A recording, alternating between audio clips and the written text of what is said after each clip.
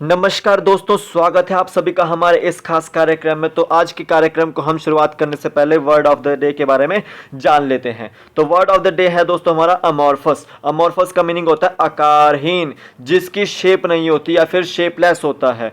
ठीक है, तो इसका साइनोनियम होता है शेपलेस या फिर फॉर्मलेस। ठीक है, और एंटोनियम होता है इसका दोस्तों डेफिनेट या फिर शेप। ठीक है, तो अमॉर्फस का एक एग्जांपल है आपका वाटर। ना तो उसकी शेप होती है, ना उसकी कोई आकार होता है या फिर वॉल्यूम होती है। ठीक है, तो आप वर्ड ऑफ द डे के बारे में याद रखें। ठीक है, तो चलते हैं हमारे आज के वीडियो की ओर। तो हम जो तैयारी कर रहे हैं दोस्तों, HPTGT कमीशन 2020 की तैयारी कर रहे हैं, और जो अलाइड की तैयारी कर रहे हैं वो भी इस वीडियो को देखें, क्योंकि हम 1857 के रिवॉर्ड से रिलेटेड कुछ क्वेश्चंस कर रहे हैं जो आपके अलाइड सर्विसेज और HPTGT कमीशन में आ सकते हैं। तो ईमेल कर सकते हैं आप मुझे अगर आपको कोई मदद चाहिए, और अगर किसी ने मेरे चैनल को सब्सक्राइब नहीं किया तो सब्सक्राइब कर लीजिए बाय सर्चिंग TGT मेडिकल। तो चलते हैं हमारे आज के पहले क्वेश्चन की ओर। अगर किसी को PDF चाहिए तो उसका मैं लिंक दे दूंगा डिस्क्रिप्शन बॉक्स में, वहां से मिल जाएगी। और अगर किसी ने मेरे पुराने वीडियोस नहीं देखे हैं तो उसमें आई बटन में मैं दे दूंगा आपको प्लेलिस्ट, तो आप उसमें से देख सकते हैं। तो चलते हैं हमारे आज के फर्स्ट क्वेश्चन की ओर। किसने कहा कि लक्ष्मीबाई पूरे 1857 की क्रांति में एक अकेली मर्द थी? क्या TR होम्स ने कहा, क्या ह्यूरोज ने कहा, क्या कैनिंग ने कहा, क्या लॉरेंस ने कहा? तो इन चारों में से बताना है कि किसने कहा था कि लक्ष्मीबाई जो थी पूरे 1857 की एक अकेली मर्द थी। ठीक है, तो आपका ये जो वर्ड्स थे वो आपके थे ह्यूरोज के। तो ऑप्शन बी इसका राइट आंसर होगा। नेक्स्ट क्वेश्चन है दोस्तों, किस उपन्यास में बंकिम चंद्र चटर्जी ने सन्यासी विद्रोह का उल्लेख किया है? आपको उस उपन्यास का नाम बताना है जो बंकिम चंद्र चटर्जी द्वारा लिखा गया है और उस उपन्यास में सन्यासी विद्रोह का उल्लेख किया गया है। क्या उस उपन्यास का नाम गीतांजलि है, क्या आनंदमठ है, क्या पंचतंत्र है, क्या युगांतर है? तो देखिए, जो बंकिम चंद्र चटर्जी द्वारा लिखा गया उपन्यास है वो है आपका आनंदमठ। इस उपन्यास में सन्यासी विद्रोह का उल्लेख किया गया है। तो ऑप्शन जो होगा इसका बी ऑप्शन इसका राइट आंसर होगा। तो ऑप्शन ए देख लीजिए, गीतांजलि किसके द्वारा लिखा गया है? रविंद्रनाथ टैगोर द्वारा। इनको नोबेल प्राइज भी मिला है इसी की पुस्तक के लिए। ठीक है, और पंचतंत्र की कहानियां किसने लिखी है? आपका विष्णु शर्मा जी द्वारा। ये याद रख लीजिए। युगांतर एक समाचार पत्र है। ठीक है, पुराना समाचार पत्र है, तो इसको याद रख लें। तो इसका जो ऑप्शन था वो आपका बी ऑप्शन इसका राइट आंसर था। ठीक है, तो नेक्स्ट क्वेश्चन चलते हैं दोस्तों। 1887 में किसने इंग्लैंड में किसने भारतीय सुधार समिति की स्थापना करी? 1887 में इंग्लैंड में किसने भारतीय सुधार समिति की स्थापना की थी? क्या महात्मा गांधी ने की थी, क्या जवाहरलाल नेहरू ने की थी, क्या दादा भाई नौरोजी ने की थी, क्या करजन ने की थी? तो आपको बताना है कि भारतीय सुधार समिति की इंग्लैंड में 1887 में किसने स्थापना की थी? तो आपका जो आंसर है इसका दादा भाई नौरोजी इसका आंसर है। तो ऑप्शन सी इसका राइट आंसर होगा।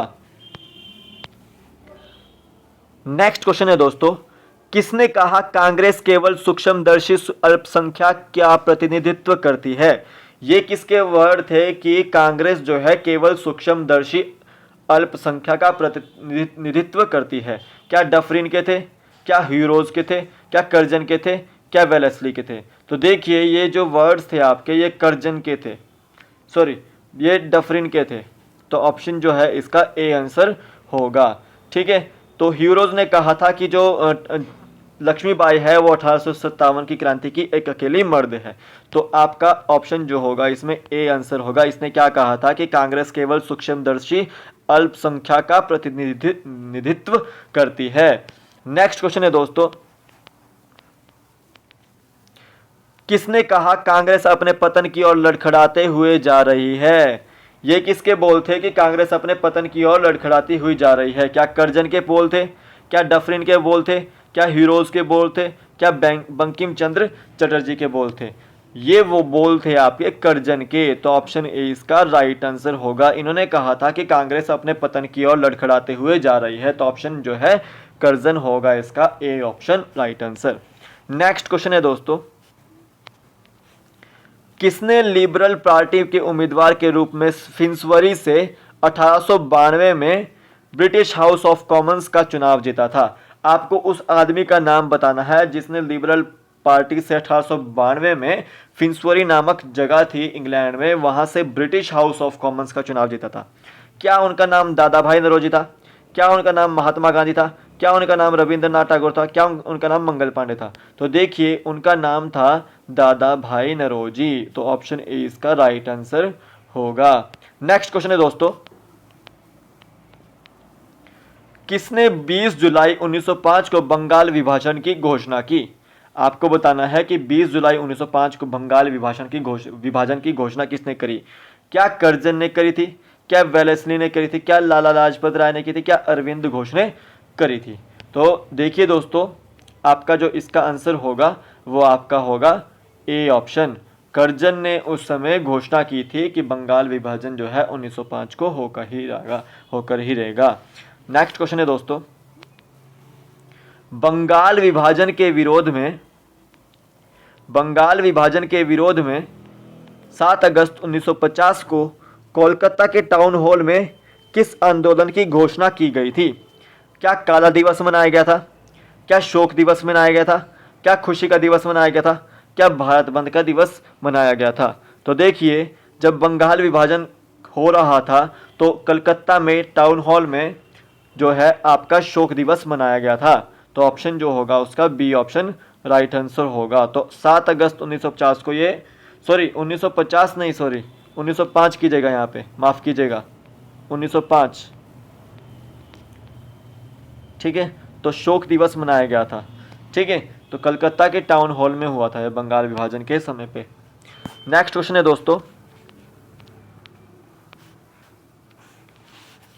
स्वदेशी आंदोलन का प्रस्ताव सर्वप्रथम संजीवनी पत्र में 1905 में प्रस्तुत किया गया था। यह पत्र किसके द्वारा लिखा गया था? देखिए, स्वदेशी आंदोलन जो हुआ था 1905 में हुआ था और उसके बारे में संजीवनी पत्र में लिखा गया था। तो ये संजीवनी पत्र किसके द्वारा छापा गया था? क्या कृष्ण कुमार मित्र द्वारा छापा गया था? क्या कर्जन द्वारा छापा गया था? क्या डफरिन द्वारा छापा गया था? क्या टैगोर द्वारा छापा गया था? तो देखिए, इस संजीवनी पत्र के जो निर्माता थे वो थे आपके कृष्ण कुमार मित्र, तो ऑप्शन जो होगा इसका ए ऑप्शन राइट आंसर होगा। नेक्स्ट क्वेश्चन है दोस्तों, आंध्र के डेल्टा इलाकों में स्वदेशी आंदोलन को किस नाम से पुकारा गया था? आंध्र के डेल्टा इलाकों में स्वदेशी आंदोलन को किस नाम से पुकारा गया था? क्या असहयोग आंदोलन से पुकारा गया था? क्या स्वदेशी आंदोलन से पुकारा गया था? क्या वंदे मातरम आंदोलन से पुकारा गया था? क्या भारत छोड़ो आंदोलन से पुकारा गया था?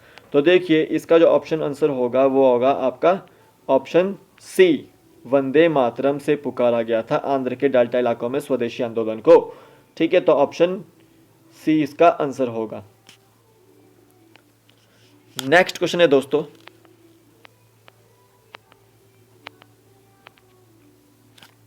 उन्नीस सौ 6 में कोलकाता में हुए कांग्रेस अधिवेशन में किसकी अध्यक्षता में पहली बार स्वराज्य की मांग प्रस्तुत की गई थी?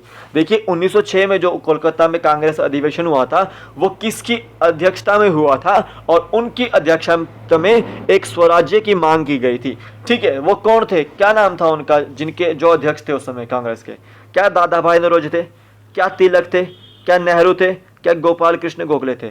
तो इसका जो ऑप्शन होगा वो ऑप्शन ए इसका राइट आंसर होगा।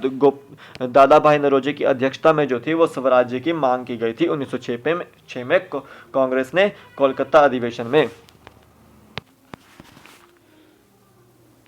नेक्स्ट क्वेश्चन है दोस्तों, इस आंदोलन के अवसर पर रविंद्रनाथ टैगोर ने प्रसिद्ध गीत आमार सोनार बांग्ला लिखा था। आपको बताना है कि किस आंदोलन के अवसर पर रविंद्रनाथ टैगोर ने प्रसिद्ध गीत आमार सोनार बांग्ला जो है ये बांग्लादेश का राष्ट्रीय गान है। ठीक है, तो ये किसके द्वारा लिखा गया था? रविंद्रनाथ टैगोर द्वारा लिखा गया था। तो एकमात्र ऐसे आदमी है जिन्होंने 2 देशों के राष्ट्रीय गान लिखे, भारत का राष्ट्रीय गान भी इन्होंने लिखा और बांग्लादेश का राष्ट्रीय गान भी इन्होंने ही लिखा। तो इनको जो है नोबेल प्राइज भी दिया जा चुका है। तो किस आंदोलन के अवसर पर लिखा? क्या स्वदेशी आंदोलन के अवसर पर, क्या विभाजन वापिस लो के अवसर पर, क्या सविनय अवज्ञा आंदोलन के अवसर पर, क्या असहयोग आंदोलन के अवसर पर? तो देखिए उस समय जो आंदोलन चल रहा था वो था स्वदेशी आंदोलन। तो ऑप्शन जो होगा इसका राइट आंसर होगा।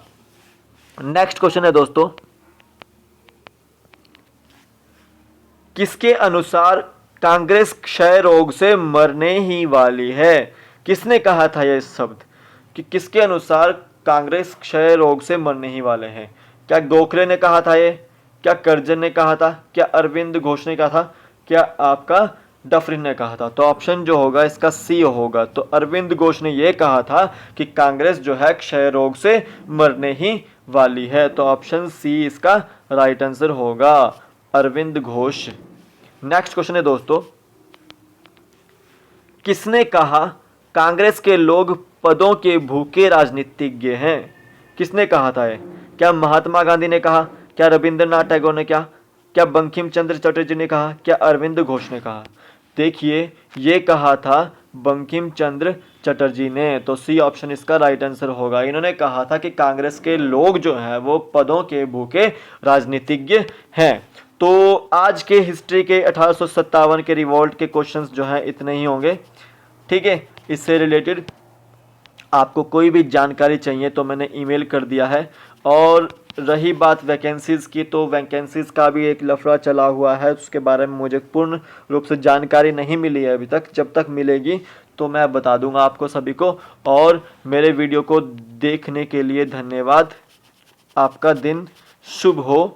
और प्लीज़ लाइक करना ना भूलिएगा। आप बहुत ज़्यादा कंजूसी करते हैं तो प्लीज़ लाइक करना मत भूलिएगा। धन्यवाद दोस्तों।